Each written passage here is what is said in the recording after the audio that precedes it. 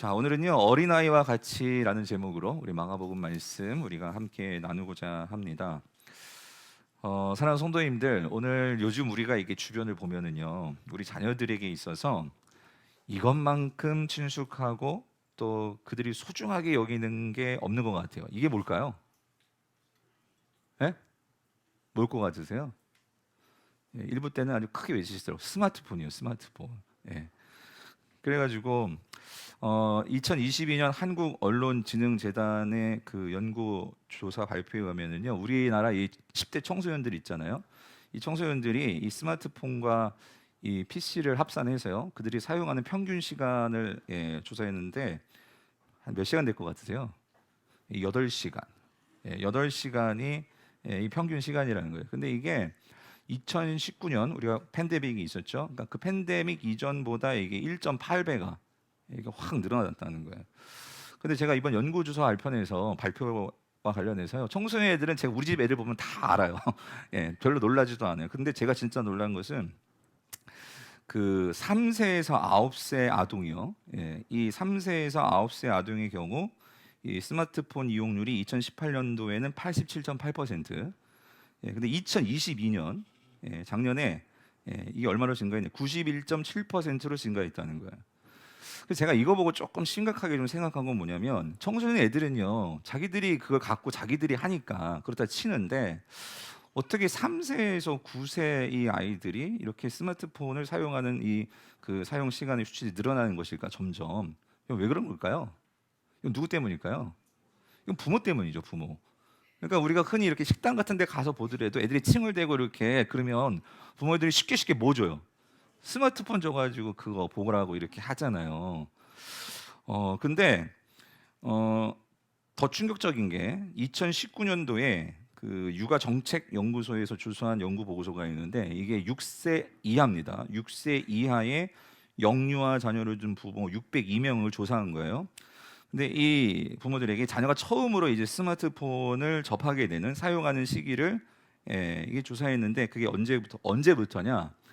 그러니까 만 1세가 45.1%, 그러니까 만 2세가 20.2%, 만 3세가 15.1%예요. 그러니까 만 1세, 그러니까 2살 때부터 이 스마트폰을 주고 있다는 거예요. 예. 근데 문제는 여러분, 뇌과학자들이 뭐라고 얘기하냐면 이런 현상들을 두고, 그러니까 어린 아이들이 이게 어려서부터 이렇게 화면을 보는 거잖아요. 이 자극적으로 들어오는 이 환상, 잔상들이 또 머리에 남을 것이고, 근데 이게 문제는 아이들이 무의식적으로 그렇게 보여주고 이렇게 뇌 자극을 받게 되면, 그래서 접하게 되면, 그러니까 이 아이들이 무의식적으로 화면 중독에 빠진다는 거예요. 예. 그러니까 뭔가를 자꾸 찾고 이제 그걸 자꾸 봐야 되고, 근데 그러면서 문제는 이 뇌가 뭔가 이렇게 생각하고 상상하고 이런 것들이 그러니까 다 없어지고 이제 수동적으로 즉각적으로, 그러니까 보여주는 것에서만 반응하는 그런 뇌로 이게 그렇게 바뀌어 간다는 거죠. 자, 그러면 여러분, 우리가 이런 현실에서 그럼 애들 스마트폰 다 뺏고 컴퓨터 다 갖다 버리고 그럴 수는 없잖아요. 오늘의 세상은 이제 AI가 더 발달되고 그러면서 이러한 그 스마트폰이나 PC나 이런 기기들이 너무나 일상 가운데 다 이제 모든 것들이 그렇게 되고, 심지어 여러분 요즘 카페 가서 주문하려고 해도 화면 보고 여러분 키오스크 사용하지 않으면 주문 안 되잖아요. 그죠? 그러니까 이런 현실 속에서 그러면 우리가 이걸 어떻게 해야 될까? 그래서 중요한 건 여러분 그런 것 같아요. 그러니까 무조건 이 아이들이 이걸 쓰지 마, 보지 마, 그럴 수는 없죠. 그러니까 제일 중요한 건 이걸 어떻게 잘 사용할 수 있는지를 가르쳐야 되는 거죠. 그리고 그것들을 어떻게 절제할 수 있는지, 그러니까 그 지혜를 우리가 가르쳐야 한다는 거죠.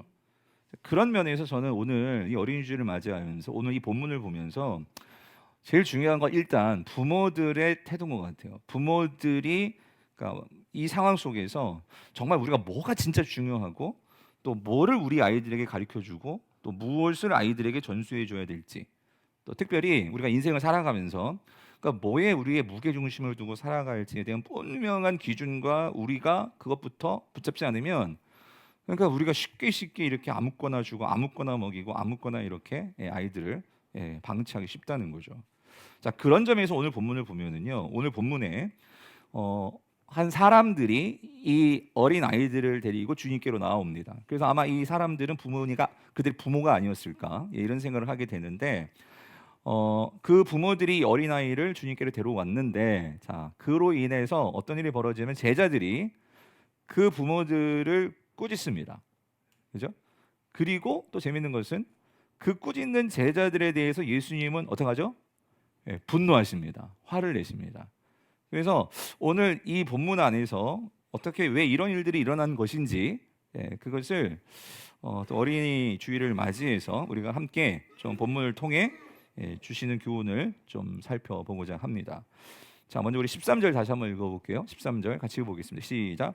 사람들이 예수께서 만져주심을 바라고 어린아이들을 데리고 오매 제자들이 꾸짖거늘이에요. 자, 여러분, 예수님 사역 당시에 예수님 주위에는 항상 수많은 사람들이 있었죠. 예수님을 쫓아오고 예수님을 만나기 위해서. 자, 근데 그렇게 예수님을 쫓아오고 예수님께 나오는 사람들을 보면은요, 그러니까 그들이 저마다 예수님께 나올 때는 이유가 있죠. 특별히 어떤 간절한 소원을 가지고 오죠. 뭐 가령 예를 들어서 주님이 병 고쳐 주심을 바라면서, 또 혹은 내 자녀의 어떤 귀신 들림을 쫓아내 주시기를 바라면서, 그래서 이러한 어떤 문제의 해결을 받기 위해서 대부분의 사람들이 예수님께 간절히 간청하며 주님께 나오는 것을 볼 수 있어요. 또 때로는 정반대로 이런 경우도 있죠. 뭐냐면 예수님을 시험하기 위해서, 그러니까 예수님의 권위가 정말로 있는 거냐 해서 예수님을 시험하기 위해서 찾아온 사람들도 있어요. 대표적으로 누구죠? 이 서기관, 바리새인들, 그런 사람들은 예수님을 시험하기 위해서 찾아오는 사람들이었죠. 자, 근데 여러분, 오늘 본문을 보면은요, 오늘 본문에 나오는 사람들은 그 예수님께 나온 이유가 좀 특이합니다. 왜 특이하냐? 13절 다시 보면은요, 이들이 예수님께 나온 이유는요, 이거였어요. 그 아이들을 뭐 해달라고 찾아온 거예요? 만져달라고. 만져달라고. 그러니까 이렇게 쓰다듬어 주시고 예뻐해 주시고, 만져달라고 온 거예요. 만져달라고.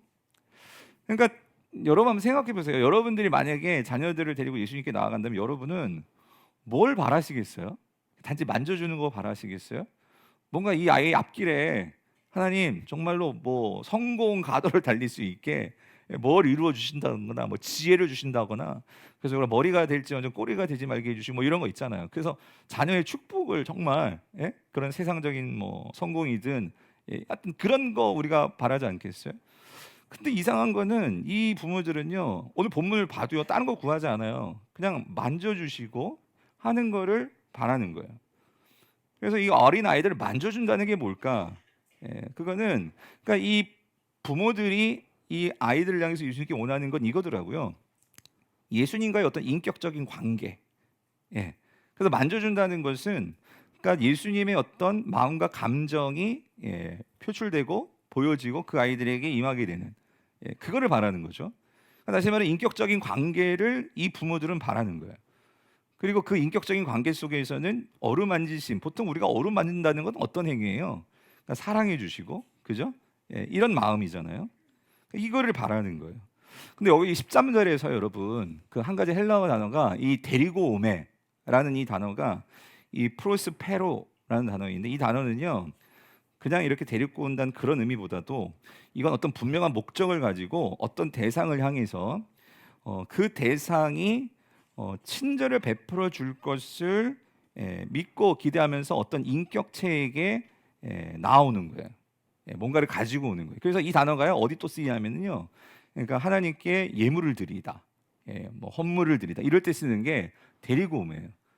근데 지금 이 부모들이 지금 그런 행위로, 뭐냐면 내가 이 아이들을 데려가는데 이 예수님이 어떤 분이신지를 이 부모들은 믿고, 그러니까 다시 말하면 이 부모들은 예수님이 우리가 이 아이들을 데리고 갈 때 그냥 외면하거나 이거를 싫어하거나 그러지 않고 반드시 이 아이들을 받아주실 거다, 어루만져 주실 거다, 이 분명한 확신을 가지고 나아갔다는 거예요.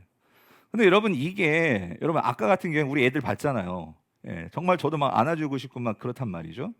근데 이게 지금 우리 사회에서의 어떤 아이들에 대한 인식이나 이런 부분들이 많이 신장되고 달라진 거지, 불과 한 몇백 년 전, 몇천 년 전만 해도 여러분, 애들은요 그렇게 중요한 존재가 아니었습니다.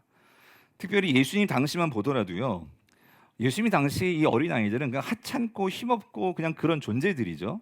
그러니까 누가 버려도 아무 말 안 해요. 그냥 죽여도 아무 말도 안 하고, 그러니까 인격 뭐 이런 건 뭐 인권 이런 것들은 찾아볼 수도 없죠.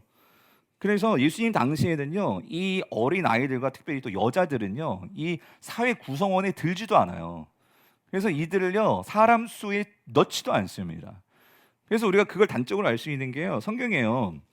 그 예수님이 이제 오병이어 기적을 베푸시잖아요, 그죠? 근데 여러분 그 오병이어 기적을 베푸는데 여러분 그 도시락 그 물고기 2마리와 보리떡 5개가 어디로부터 나온 줄 아세요? 누가 갖고 온 거예요? 그 어린아이 도시락이었어요. 그 어린아이가 먹을 걸 예수님께 드린 거잖아요. 그래서 그걸 가지고 예수님이 5천 명을 먹이는 놀라운 기적을 행하셨잖아요. 근데 여러분 제가 5천 명이라고 말했지만 여러분 잘 아시죠? 이 5천 명은 누구만 5천 명이에요? 여자들? 어린아이들? 아니죠. 누구만? 남자들만. 그래서 성경이 남자들만 5천 명이었다. 이 말은 뭐냐면 애들은 세지도 않아요. 여자들도 세지 않아요. 뭔가 기록을 남길 때는 남자들만 세는 거예요. 근데 여러분 그 도시락 누구부터 나왔다고요? 어린아이로부터 나온 거예요. 그러니까 이게 뭘 보여주냐면 그러니까 그 당시 사회 문화가 그렇다 그 소리예요. 철저하게 어린아이 배제하고 경시하고 그러니까 중요한 일에 이 어린아이들을 넣어주지도 않고 하는 게 그 문화였다는 거예요. 자, 근데 여러분 오늘 이 부모들이 예수님을 향해서 어떤 생각을 가졌냐면 그러니까 이 예수님에 대한 이분은 정말 자신들이 지금까지 예수님이 사역하시고 또 예수님이 하신 일을 보니까 물론 정말 바쁘고 많은 사람들을 상대하시고 그런 사역들을 하세요. 그런데 이 예수님은 정말 하찮다고 해서 별로 중요하지 않다고 해서 그들을 외면하거나 무시하는 분이 아니라 그 하찮고 작은 자들을 반겨주시고 만나주시고 함께해 주시는 분이 예수님이라는 것을 이들은 뭐 한 거죠? 믿었다예요. 믿었다. 예. 그러므로 이 믿음이 있을 때 이 사람들의 행동은 그 당시 사회 관습을 따른 행동이 아니었다는 거예요. 이 부모들의 행동은 그 당시 사람들의 눈치를 보면서 그렇게 하는 행동이 아니었다라는 거예요. 그러면 이 부모들이 하는 행동은 뭐냐면 전적으로 예수 그리스도를 알고 그분을 신뢰함으로 믿음으로 하는 행동이 바로 어린 아이들을 어루만져 달라는 바로 이들의 신앙이었다 그 소리입니다. 사랑하는 성도님들, 우리는요 예수님께 나올 때도 그렇고 우리는 살아가면서 참 많이 그러니까 우리가 사회 법과 관습을 따라야 돼요. 근데 우리가 알게 모르게 주님을 섬기고 주님께 나옴에 있으면서도 우리가 사람 눈치 보고 여러 가지 상황 바라보면서 아이고 내가 이래가지고 어떻게 주님께 나아갈 수 있겠어? 어떻게 이래가지고 내 모습 이래가지고 주님이 나를 받아주겠어? 많은 것들이 주님께 나오는 것을 방해하고 막는 경우들이 많다라는 거예요. 내가 가진 것이 없어서 목사님 나는 배운 것이 없어서요. 목사님 내 믿음은요 너무나 연약해서요. 우리는 그러면서 주님께 나올 때도 많은 것들을 생각하면서 고민하면서 이래서 안 되고 저래서 안 되고 그렇게 생각하면서 주님께 나아가려고 하니 여러분 예수님의 어루만져 주심을 우리가 기대할 수 있겠습니까? 그런데 여러분 분명히 이들이 나올 때요 정말 따가운 눈초리가 있었어요. 그게 누구냐면 제자들이었단 말이에요. 제자들. 그러니까 제자들을 생각해 보면 오늘 제자들이 꾸짖었다 그러잖아요. 이해가 가요. 왜 꾸짖었을까? 말씀드렸죠. 지금 예수님은요 정말 밥 먹을 시간도 없이만 그렇게 사역하시는 분이거든요. 그런데 이 아이들을 보니까 지금 제자들이 볼 때에는 얘네들 어디가 아픈 것도 아니에요. 뭐 급한 것도 아니에요. 그러니까 그런데 이렇게 많은 사람들이 주님을 기다리고 있는데 어루만져 달라고 그렇게 나오니 예수님 생각할 때도 얼마나 피곤하고 힘들까. 그러니까 이들이 이해가 안 되는 거죠. 이들의 행동이 마음에 안 드는 거죠. 그러니까 뭐예요? 제자들이 그들을 뭐 했다? 꾸짖건을 이렇게 되는 거예요. 그러나 사랑하는 성도님들, 오늘 이 부모들의 신앙을 보세요. 정말 저는 이 본문을 보면서요 정말 이 부모들의 신앙이 너무 순수한 거예요. 그러니까 주님께 나아가는데 원하는 거 딱 한 가지예요. 그냥 만져달라고. 예? 주님과의 인격적인 관계를 경험하게 해주고 싶은 거예요. 왜 그랬을까? 여러분, 이 부모들은 왜 이러한 행동을 하는 것일까요? 저는 그건 한 가지예요. 그렇게 생각하는 한 가지가 뭐냐면요, 그러니까 이 부모들은 주님을 아는 거예요. 정말 이 주님이 어떤 분이신지를 그들은 믿고 확신하는 거예요. 그러면서 이들은 경험한 거예요. 그 주님을 만나야지만 내 사랑하는 이 어린 자녀들이 정말 어렸을 때부터 그 주님의 사랑을 정말로 받고 너희들은 그 주님의 사랑을 경험한 자야. 주님의 너를 정말 안아주고 너를 예뻐한 자야. 주님이 주시는 사랑으로 충만할 때 우리는 인생에서요 뭐를 경험하게 되냐면요 영적인 자존감을 얻게 된다 그 소리입니다. 세상은 나를 무시할지 모르지만 이 부모들은 믿었어요. 주님은 나를 맞아주신다. 주님은 나를 반겨주신다. 주님으로 인한 영적 자존감이 그 여인들, 그 아버지, 그 부모들로 하여금 주님께 나올 수 있는 용기를 주는 것처럼 아무리 제자들이 따가운 눈초리를 해도 나는 예수님 보러 온 거지 제자들 눈초리 보면서 오는 게 아니잖아요. 그들은 그 확신을 가지니까 그 상황 속에서도 그러한 따가운 세상의 시선을 통해서도 그걸 뛰어넘을 수 있는 용기를 가지고 나아갈 수 있는 것처럼 어쩌면 이 부모들은 하나님, 아니 예수님, 정말 이 아이들이 이 세상을 살아가는데 여러분 우리 느끼잖아요. 가진 것이 없고 배운 것이 없으면 이 세상은 철저하게 무시해요. 내가 물려주는 거 없고 우리가 자녀들에게 쥐어주는 거 없으면 세상은 관심 갖지 않아요. 철저하게 불공평하고 철저하게 불합리하고 그래서 우리 이 아이들이 세상을 살아가면서 정말 낙심하고 절망하고 그래서 세상에서 별것 다 붙이죠. 금수저니 은수저니 뭐 흙수저니 무슨 수저 물고 태어났니 그러면서까지 세상은 그렇게 사람들을 그렇게 규정짓는데 오늘 이 부모들은요 정말 내가 살아가면서 다른 거는 없어도 이 예수님이 누구신지를 알아서 이 아이들이 그 예수님의 사랑으로 충만해서 살아갈 수 있다면 적어도 이들이 낙심하지 않겠다. 적어도 살면서 무너지더라도 다시 일어날 수 있다 하는 그들은 이 믿음이 있었다 그 소리예요. 이 믿음. 그래서 이 믿음을 가지고 주님께 나아갔다 그 소리입니다. 이 어린 아이들에게 정말 중요한 것이 무엇일지를 이 부모들은 알았다 그 소리입니다. 그래서 그것을 경험하게 하고 싶은 거예요. 이 아이들이 앞으로 어떻게 될지 모르지만 그러나 적어도 이 아이들에게 너희들은 주님을 만났었어. 주님이 너를 쓰다듬어 줬어. 주님이 너를 정말 예뻐하셨어. 그거를 말해주고 싶은 거고 알려주고 싶은 거고 그 소망을 주고 싶은 거예요. 사랑하는 성도님들, 오늘 여러분은 뭐가 인생에서 가장 중요하다고 생각하십니까? 과연 우리 자녀들이 이 세상을 살아갈 때 정말 힘들고 어려울 때 과연 무엇이 이 아이들을 일으켜 세워줄 수 있다라고 여러분은 생각하십니까? 세상 사람들은 그러니까 좋은 거 가지면 그걸 갖고 나를 드러내죠. 그래서 이걸 자만심이라고 하죠. 뭐냐면 내가 나를 세상 사람들 앞에 어떤 용기를 갖고 드러내려면 뭔가 내가 소유하고 내가 가진 것을 가지고 나 자신을 드러내려고 해요. 근데 이게 문제는 그렇게 드러내지만 나보다 더 크고 멋진 거 가지고 있는 사람이 나타나면 거기에서 우리는 열등감을 느끼든지 시기하든지 둘 중에 하나죠. 우울해지든지. 그런데 여러분 하나님은요 그러니까 이 세상의 자만심과 세상이 우리에게 가르쳐 주시는 것은 이 비교란 말이에요. 비교. 그런데 오늘 이 부모들이 깨달은 건 뭐냐면요 주님은 비교하지 않으신다는 거예요. 그래서 오늘 이 우리가 인생 속에서 정말 우리가 추구해야 될 건 뭐냐면요 다시 말씀드리지만 이 영적 자존감이거든요. 그러니까 하나님께서 저와 여러분들을 있는 그대로 비교하지 않으시고 김집사는 김집사대로 박집사는 박집사대로 여러분들을 갖다 놓으시고 여러분들에게 한 사람 한 사람 독특하게 만드셨고 한 사람 한 사람께 집중하시면서 그 여러분들에게 하나님의 사랑을 부어주시기를 원하신 것이 우리 하나님이시라는 거예요.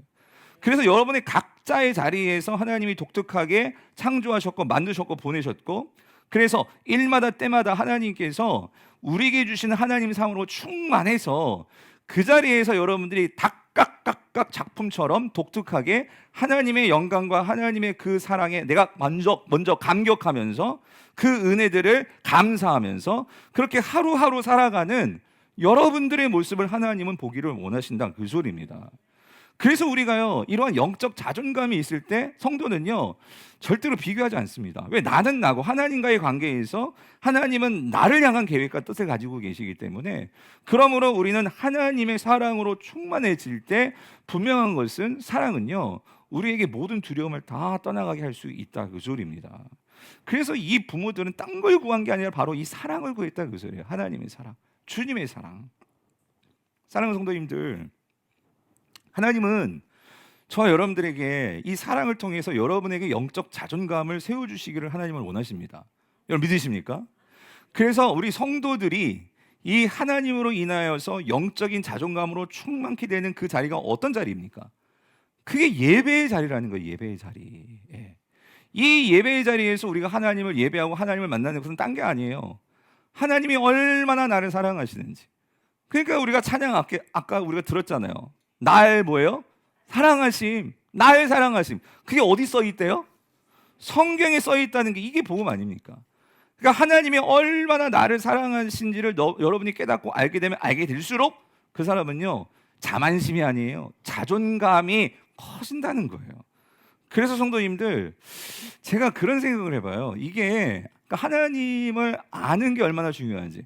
그러니까 이 부모들은 예수님이 어떤 분이신지를 아니까, 그러니까 이들은 주님께 당당하게 아이 데리고 나올 수 있는 것처럼, 더 큰 하나님의 사랑을 구하는 것처럼. 그래서 여러분, 제가 간혹 이렇게 방학 때 우리 애들 데리고요, 어렸을 때 초등학교 때도 저는 이런 박물관이나 미술관이나 이렇게 이런 클래식 음악 들어가는 거 좋아하거든요.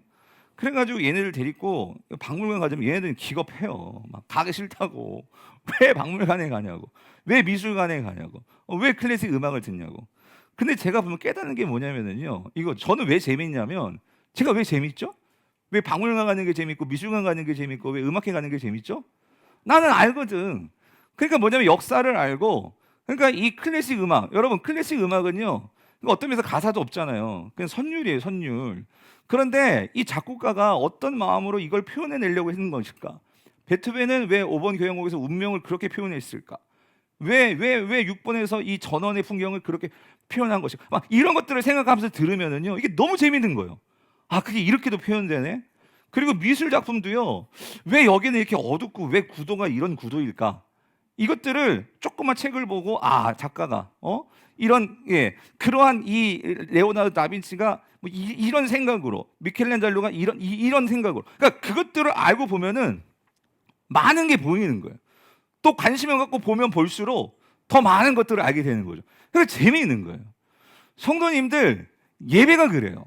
어떤 분들에게는요, 예배에 오면은 처음부터 예배가 즐겁고 정말 좋은가요?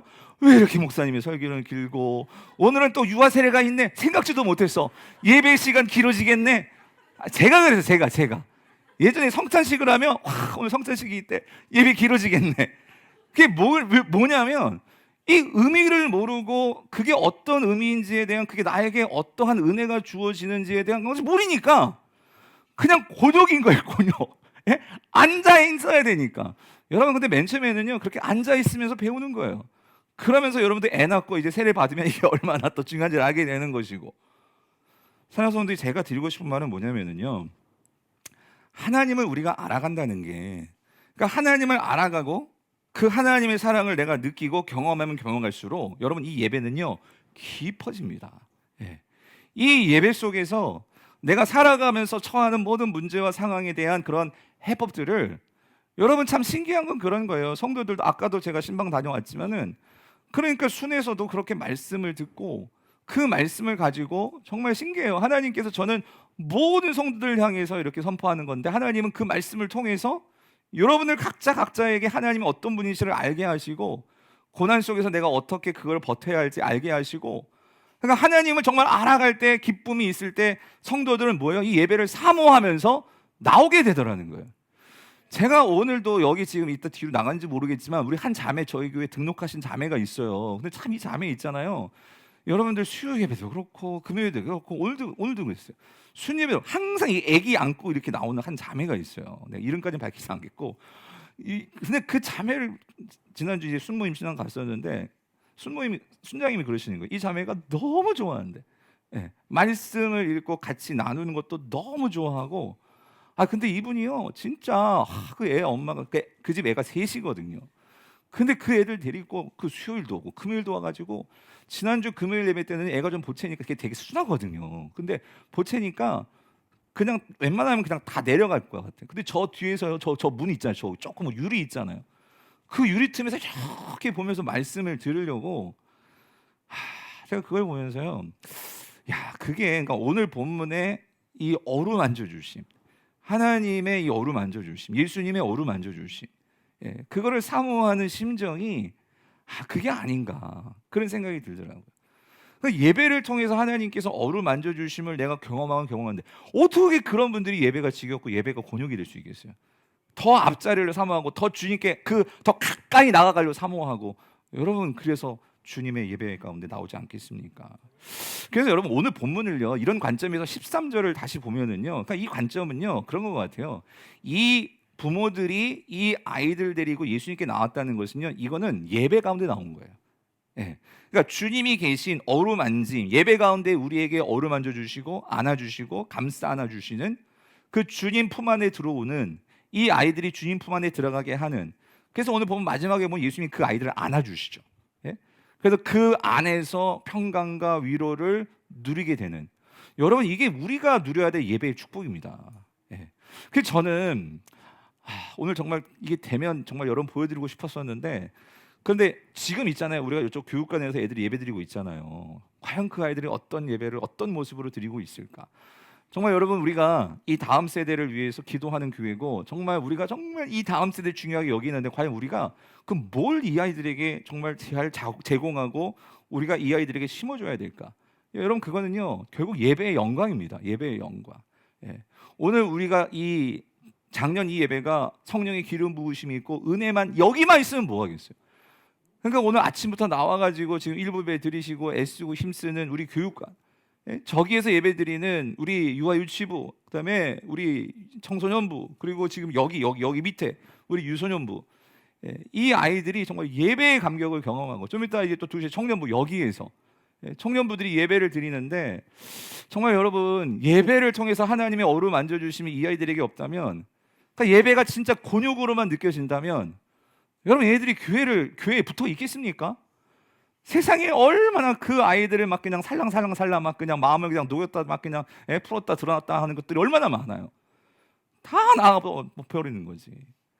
그런 면에서 여러분들 이번에 이제 25명의 우리 청년들이 단기 선교를 떠나요. 그래서 지금 매 주일마다 이들이 모여서 예배하고 기도하고 준비합니다. 참 그것들을 보면서 감사한 것은, 이번에 25명이 가지만 진짜 마음 같아서는 정말 다 보내고 싶은데, 그러니까 청년들 말이에요. 그 아이들이 그렇게 가서 하나님을 예배하고, 그리고 그렇게 하나님이 순간순간 어루 만져주심을 경험하고, 그래서 그걸 경험하고 돌아온다면 저는 그걸 꿈꾸는 거예요. 물론 선교사님에게 그 현재 하나님께서 주실 은혜도 크겠지만, 그 섬김을 통해서 우리가 받는 은혜가 정말 더 클 수도 있겠다. 그리고 기도하는 거는요, 그러니까 우리가 어떻게 해서라도 이 아이들에게, 그래서 아까도 우리가 순신망하면서 권사님과 그런 얘기를 했는데요, 맞아요. 지금 시대가 바뀌어가지고요, 옛날같이 아이들을 막 강권한다고 해서 얘들이 뭐, 여러분 다 경험하시잖아요. 그렇게 어렸을 땐 교회 나오다가 지금 다 뿔뿔이 흩어져가지고 나오지도 않고 그런 애들 얼마나 많아요. 그렇기 때문에 이제는요, 다시 이 시대는요, 우리가 부모가 혼자 뭐 어떻게 한다서 말 듣지 않고요, 우리가 같이 공동체적으로 이 아이들을 양육을 해야 된단 말이에요. 그래서 내년에는 정말 기도하는 거는, 여러분 전 기도하고 있어요.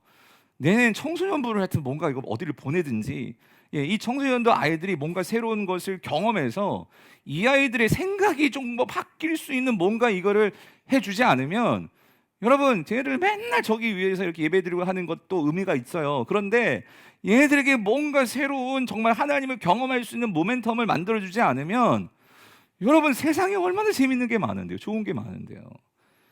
그래서 정말 그게 뭘까를 놓고 기도하고 있는데, 몇 가지 하나님께서 아이디어를 주셨는데, 그래서 성도님들 기도해 주십시오. 그래서 그런 것들을 가지고, 여러분들이 헌금해 주신 것들을 가지고 정말 그런 다음 세대들이 비전 트립을 가든지 선교를 가든지 다른 문화권에 가서 정말 놀라운 세상을 보면서 하나님께서 정말 일하심을 볼 수 있게 해서, 그 아이들이 하나님이 이 세상을 쥐고 흔드신다는 것만 볼 수 있다면, 그리고 나의 삶을 어루만져 주심을 정말로 본다면, 여러분 이 아이들의 삶에 얼마나 큰 도전과 은혜가 있겠습니까? 이것이 오늘 본문에서 13절이 주는 교훈이라면, 자 여러분 14절에 들어오면 우리 제자들을 좀 보려고 해요. 이 제자들이요, 참 답이 없는 게 제자들인 것 같아요.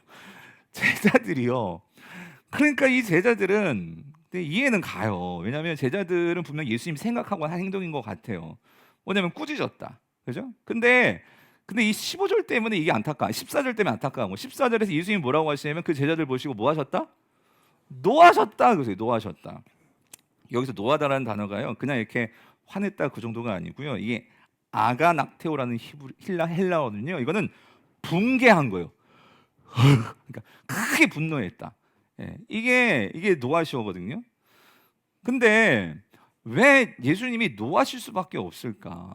제가 한번 생각해 봤는데, 근데 제자들은 그래요. 제자들의 입장을 다시 한번 생각해 보면 말씀드렸지만 정말 예수님의 수고를 덜어드리고 또 예수님이 얼마나 피곤하실까. 그래서 예수님 귀찮게 해드리지 않기 위해서 그냥 빨리 가세요. 아니 그냥 빠지세요. 뭐 그러면서 꾸짖은 게 아닐까 생각은 드는데 문제는 이건 것 같아요. 뭐냐면 제자들이 보실 때 예수님이 보실 때 그러니까 이 제자들은 분명히 예수님을 위해서 한다라고 했지만 그러나 예수님은 그 일이 예수님을 위한 일이었어요?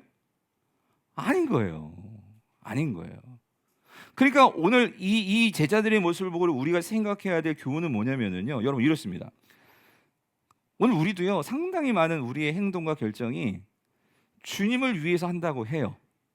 우리 모두가 저를 비롯해서 주님을 위해서 한다고 하고 또 주님을 생각하면서 하는 것이라고 하는데 그런데 예수님께서는 이렇게 말씀하시는 것 같아요. 그건 네 생각이지. 그건 네가 하고 싶은 거지. 그러니까 주님의 입장에서는 주님이 원하시는 바가 아닐 수도 있다라는 거죠. 그래서 우리가 항상 이거를 생각해 봐야 된다 그 소리예요. 그러니까 주님을 위해서 일한다고 했지만 더 깊이 들어가서 결국 보면은 그건 누구를 위해서 한 일이에요? 나를 위해서 한 것이고 결국 주님을 위해서 한다고 한 거지만 주님의 존재감을 드러낸 게 아니라 누구의 존재감을 드러내려고 하는 거예요? 나의 존재감을 드러내려고 한 거예요. 그러니까 내 생각과 내 뜻과 무엇이 잘 되지 않으면 막 나도 화가 나는 거죠. 그런데 여러분, 그런데 주님을 위해서 한다고 했는데 근데 이게 주님이 원하시지 않는 일이니까 여러분 보세요. 나는 주님을 위해서 한다고 했는데 여러분 우리 주변을 보세요. 내가 그렇게 주님을 위해서 한다고 했는데 오히려 그 일이 어때요? 어떤 공동체의 사람들에게 상처를 주고 아픔을 주고 그래서 심지어 막 교회가 깨어지는 그래서 막 성도들끼리 막 싸우고 분란이 일어나고 그러니까 여러분 그게 우리 한국 교회 안에 얼마나 그런 가슴 아픈 일들이 만나는 거예요. 근데 얘기 들어보면 다 주님을 위해서 하는 거예요. 주님을 위해서. 그런데 주님을 위해서 하는데 왜 그렇게 상처를 주고 싸우고 막 법정에 고소하고 왜 그런 일이 일어나야 말이죠. 주님을 위한 일이었어요? 아니에요. 결국은 나를 위해서 한 일이었다는 거죠. 그래서 여러분 이게 오늘 본문에서도요. 뭐가 문제가 제가 막 따져봤는데 여러분이 이제 앞에 9장만 가더라도 9장에 어떤 일이 있었냐면요. 왜 예수님은 분개하실 수밖에 없었냐 그 이유가 있더라고요. 그건 뭐냐면 마가복음 9장에는요. 예수님이 십자가에 달려 죽으실 것을 두 번째로 예언하세요.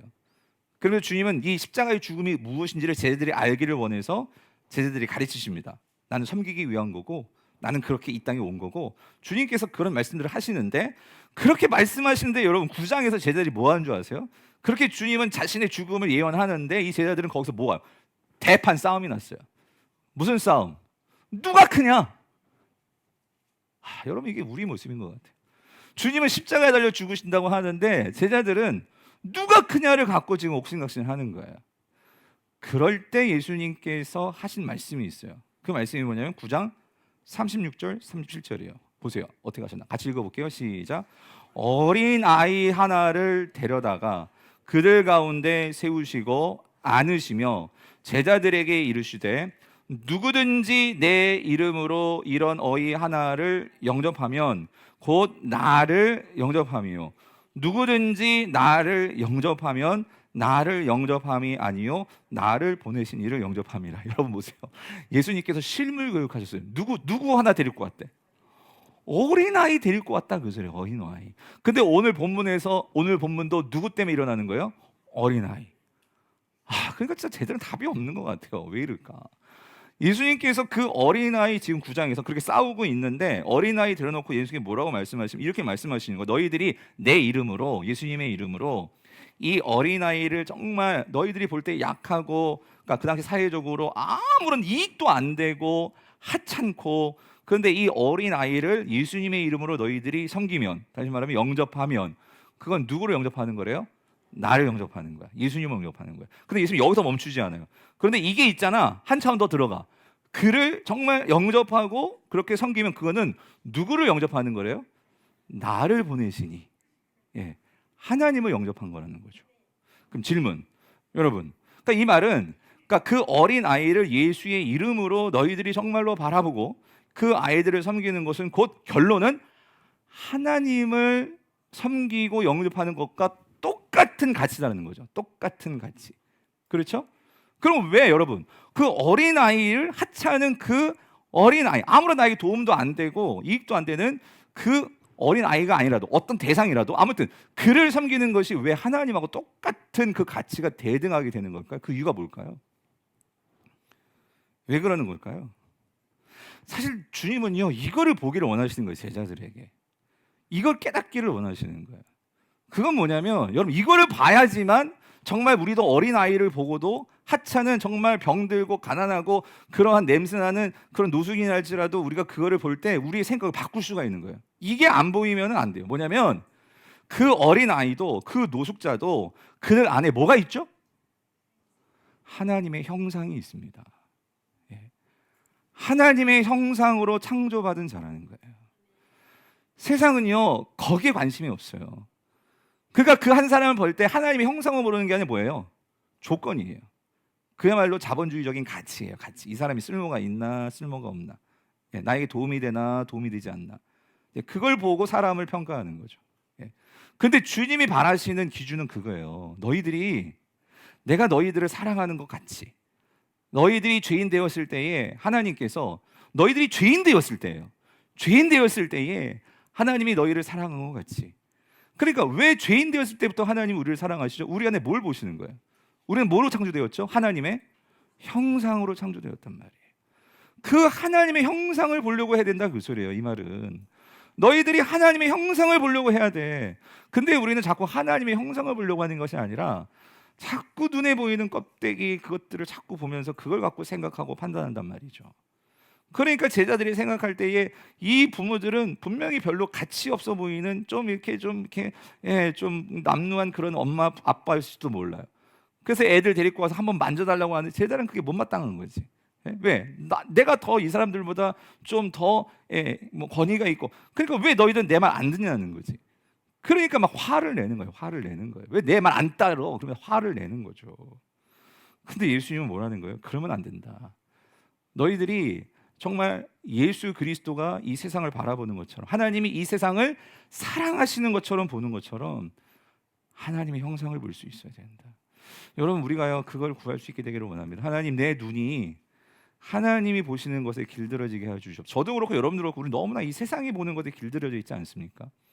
그래서 우리가 이 예배를 통해서 하나님이 보시는 것들을 볼 수 있도록, 그러니까 우리가 놓쳤던 하나님의 형상을 볼 수 있도록, 여러분 그게 우리가 이 예배에서 깊게 파야 되는 하나님의 은혜인 줄 믿습니다. 그럴 때 뭐래요? 그렇게 하나님의 형상으로 봐서 그들을 섬길 때 하나님은 나를 섬길 것처럼 생각하신다는 건 뭐냐면 그렇게 우리를 좋아하시고 기뻐하시고 하나님께서 복을 내려주신다 그 소리죠. 바라기는 우리 강북 우리의 성도님들이 정말 예수님이 말씀하신 것처럼 이 세상에서 작고 연약한 자들을 하나님의 형상으로 볼 수 있는 눈을 갖게 되시기를 축원합니다. 그럴 때 하나님께서 기뻐하실 거예요. 우리 교회를 사용하실 거예요. 마지막으로 오늘 본문에서 예수님이 하신 말씀을 좀 살펴보고 마치려고 하는데요. 우리 14절 15절 같이 한번 읽어볼게요. 같이 읽어보겠습니다. 자, 먼저 14절부터 읽어볼게요. 시작. 예수께서 보시고 노하시어 이르시되 어린아이들이 내게 오는 것을 용납하고 금하지 말라. 하나님 나라가 이런 자의 것이니라. 오늘 예수님께서요 이 정말 아무것도 가진 거 없고 아이들에게 어루만져 주세요 했던 이 사건을 통해서 하나님은 놀라운 우리의 구원의 비밀을 말씀해 주세요. 하나님 나라에 들어가는 법을 가르쳐 주시는 거예요. 근데 뭐라고 말씀하시냐면 너희들이 하나님 나라가 어떻게 우리에게 임하느냐, 어떻게 우리가 하나님 나라에 들어가느냐, 하나님 나라는 이런 자의 것이래요. 이런 자. 이런 자가 누구예요? 그러니까 어린아이만 간다는 소리가 아니죠. 여기서 말하는 거는 그러니까 이런 자, 그러니까 이런 특성을 가져야지만 하나님 나라를 누릴 수 있다는 거죠. 그러면 이런 자의 특성이 뭐냐는 거예요. 이런 자의 특성. 그게 이제 말해주는 게 15절이에요. 15절. 15절 같이 읽어볼게요. 시작. 내가 진실로 너희에게 이르노니 누구든지 하나님의 나라를 어린아이와 같이 받들지 않는 자는 결단코 그곳에 들어가지 못하리라. 이건 부정적인 말이고 긍정적으로 말하면 하나님 나라를 어떻게 해야지 우리가 그 나라에 들어갈 수 있다는 거예요. 어린아이와 같이 뭐 해야 된다? 받들어야 된다. 그죠? 받들어야 된다. 그럼 여러분 하나님 나라를 받든다는 게 뭐예요? 어린아이 같이 받든다는 의미가 뭐냐는 거예요. 그래서 여러분 이게 우리 성경이 정말 고민하면서 번역한 흔적이 보여요.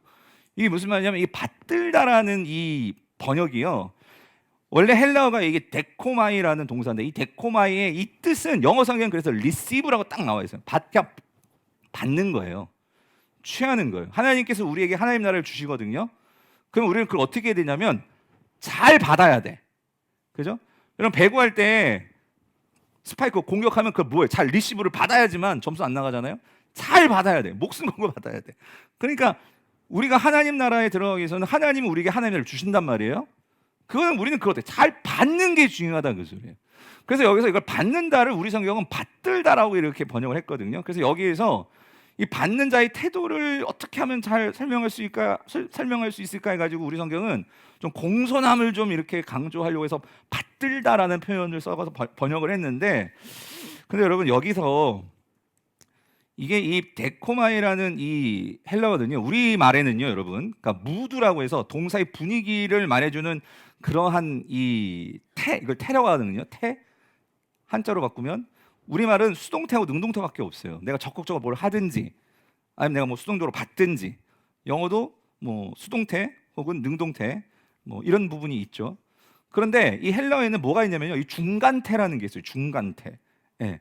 이 중간태라는 게 뭐냐면요, 이거는요 수동적이면서도 능동적인 거, 이 두 가지가 다 들어가 있는 그런 개념을 강조할 때 쓰는 게 이 중간태예요. 근데 이 데코마이라는 이 동사가 그야말로 중간태 동사예요. 그래서 이건 뭘 말하는 거냐면 예수님께서 자 이런 겁니다, 여러분. 하나님은요, 여러분 보세요. 하나님이 주시는 것들은요 다 모든 것이 하나님께부터 나와요. 그러니까 이게 무슨 말이냐면 우리가 가지고 있는 것, 좋은 것들, 정말 소중한 것들을 보면 이건 무조건 하나님 다 주신 거예요. 내가 뭐 막 갈구해서 받은 게 아니라, 여러분 어찌됐든 여러분의 생명 누가 주신 거예요?